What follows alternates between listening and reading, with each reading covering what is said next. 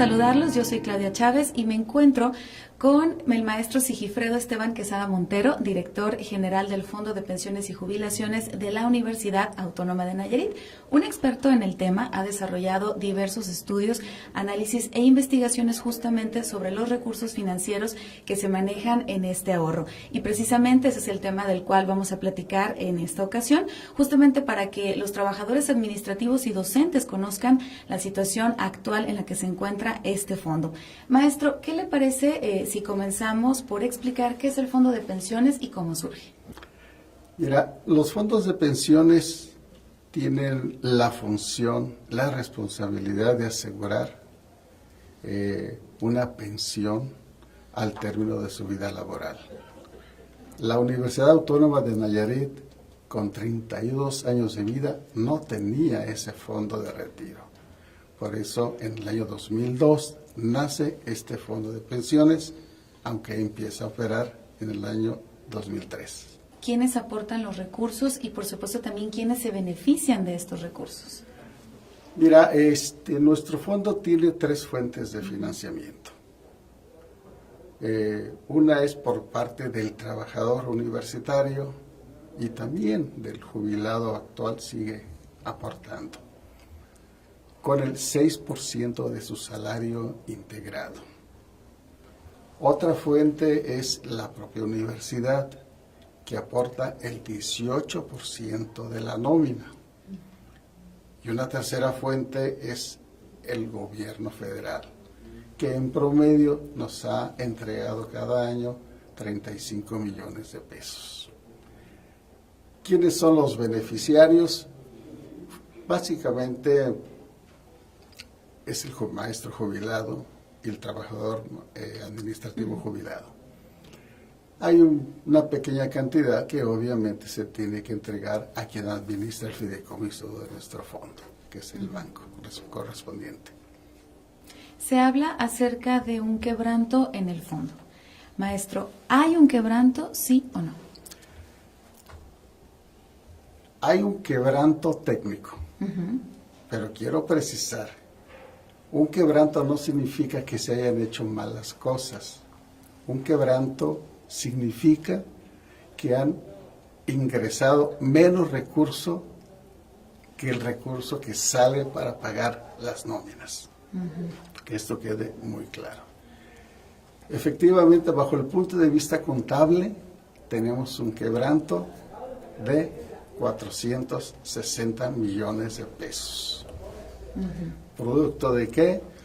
Pues de que al fondo durante toda su vida han ingresado 2.800 millones de pesos aproximadamente, pero han egresado 3.300 millones. De ahí viene ese déficit contable de 460 millones de pesos. En este caso, cuando usted nos habla de este déficit y nos dice que son 460 millones aproximadamente, 460 millones de pesos acumulados al 2018, ¿de dónde salió el recurso entonces para cubrir en su momento esta cantidad, este faltante? Mira, eso lo ha cubierto la universidad. Desde luego que hay una obligación de la universidad que ante la posibilidad de un déficit financiero, la universidad tiene la obligación por ser solidaria, pero definitivamente es quien ha cubierto esta nómina. Entonces, ¿quiere decir que también hay un impacto en las finanzas de la universidad con la situación actual que tiene el fondo? Definitivamente. Es más, yo lo he dicho, no podemos abordar en forma aislada el problema del fondo de pensiones, haciendo a un lado el contexto del problema financiero de la universidad. Te voy a dar un dato muy concreto. Para el año 2018 se tuvo un déficit de 172 millones de pesos. Esa cantidad la aportó la universidad. Imagínate, si no hubiese tenido esa obligación la universidad o que no nos hubiese apoyado con eso, a lo mejor los problemas del no pago de diciembre se hubieran aminorado, pero definitivamente va a impactar mucho. Y si no hacemos nada, esto va a ir creciendo, sí, cada año. En concreto, entonces, ¿cuáles son las causas de que estemos teniendo este problema, este déficit, y que, bueno, entonces la universidad le esté entrando con esta aportación y a la vez está impactando negativamente en sus finanzas? Logré identificar 3 causas. Lo voy a decir de forma cronológica. Cuando se creó el fondo, ya existían 310 jubilados. 310. Y la universidad venía cubriendo esa nómina pues con su gasto corriente. No había fondo de pensiones, así es que la universidad tenía que cumplir con eso. Esto significó para el fondo al año 2018, ¿sí?, un flujo de efectivo negativo por alrededor de 350 millones de pesos. 2. Cuando se creó el fondo también quedó muy claro, establecido en el convenio, de que nosotros los trabajadores íbamos a aportar inicialmente el 5% de nuestro salario integrado y gradualmente íbamos a llegar al 10%, cosa que no se hizo y nos quedamos solamente con el 6% de aportación. Eso, calculado, significó que no entraron al fondo de pensiones 522 millones de pesos. Y la tercera causa es que los recursos que vienen de la Federación a través de la Secretaría de Hacienda y Crédito Público y la SEP, que en promedio nos enviaban 35 millones de pesos más un capital semilla, dejaron de entrar a la contabilidad del fondo a partir del año 2010. Y eso ha significado que al cierre del año 2018 no entraran al fondo, a la contabilidad del fondo, 350 millones de pesos. ¿Qué pasó con ese recurso que venía de México? Bueno, la universidad, ante sus problemas que tenía, sí, los utilizó para actividades prioritarias, sí. ¿Podemos decir que nos debe esos 350 millones? A lo mejor sí, lo podemos decir. Pero nosotros le debemos 460 millones de pesos. ¿Por qué? Ya lo explicamos, haber ido cubriendo ese déficit. Pero entonces se podría afirmar que hay culpables o no. Yo no lo encontré. Yo no lo encontré. ¿Sí? Yo entiendo que hay esa sensación. Hubo momentos en que yo me desesperaba porque quería encontrar algo ilícito y no lo puedo encontrar. Y está a disposición un estudio que hicimos por ahí para cualquiera que quiera ver, analizar, estudiarlo. Estamos abiertos para que se disipen todas estas dudas. Entonces, ¿cuál sería la solución? ¿Hay soluciones para realmente poder afrontar esto? ¿Y cuáles serían las rutas que se tendrían que llevar a cabo, las acciones que se tendrían que llevar a cabo para que entonces el Fondo de Pensiones y Jubilaciones de la UAN, pues bueno, ya esté estable y tenga pues esta cuestión financiera sana? Una primera solución sería que si llegásemos a contribuir con el 10% de nuestro salario.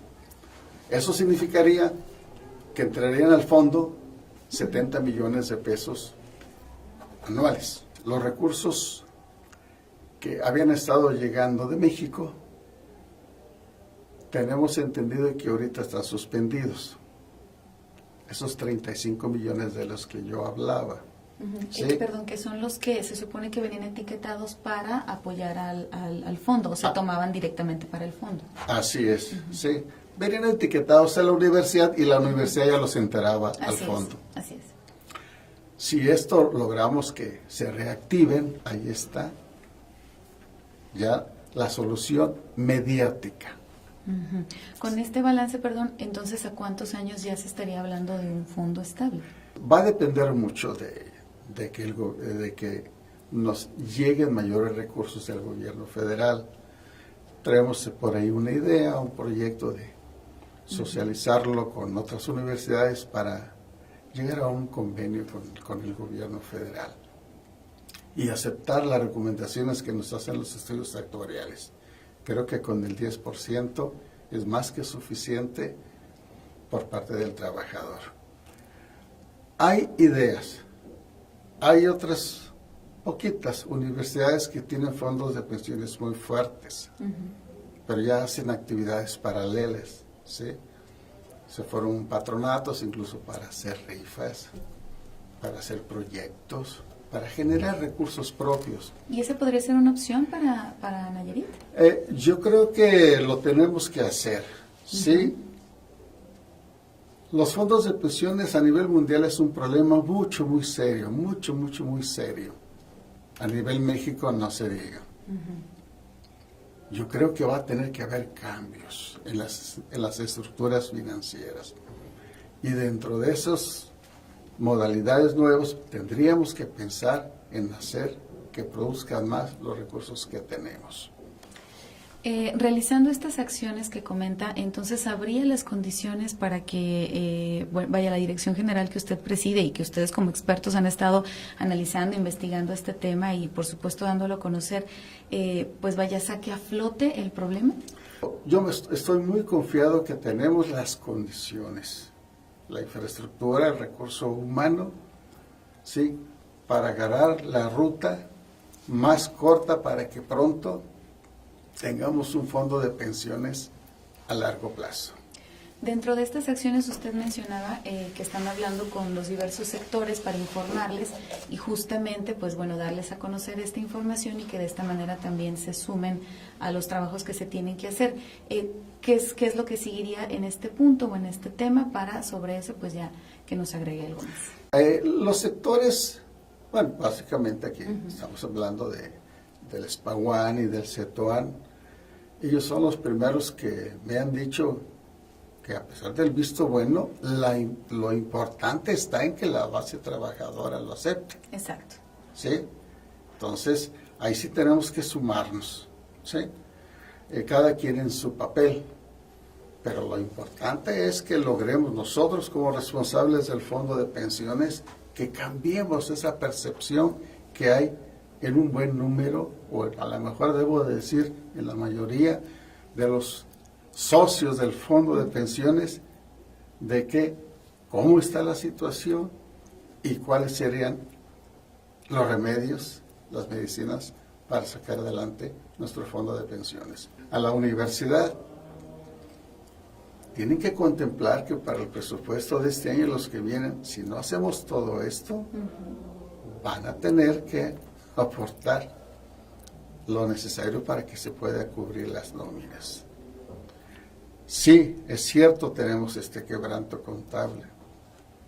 Para los que manejan estos términos, no tenemos un problema financiero porque se ha estado pagando. Tenemos un problema de financiamiento. Maestro, pues bueno, muchísimas gracias, maestro Sigifredo Esteban Quesada Montero, director del Fondo de Pensiones y Jubilaciones de la Universidad Autónoma de Nayarit y por supuesto experto en este tema. Muchísimas gracias. Yo soy Claudia Chávez. Hasta la próxima.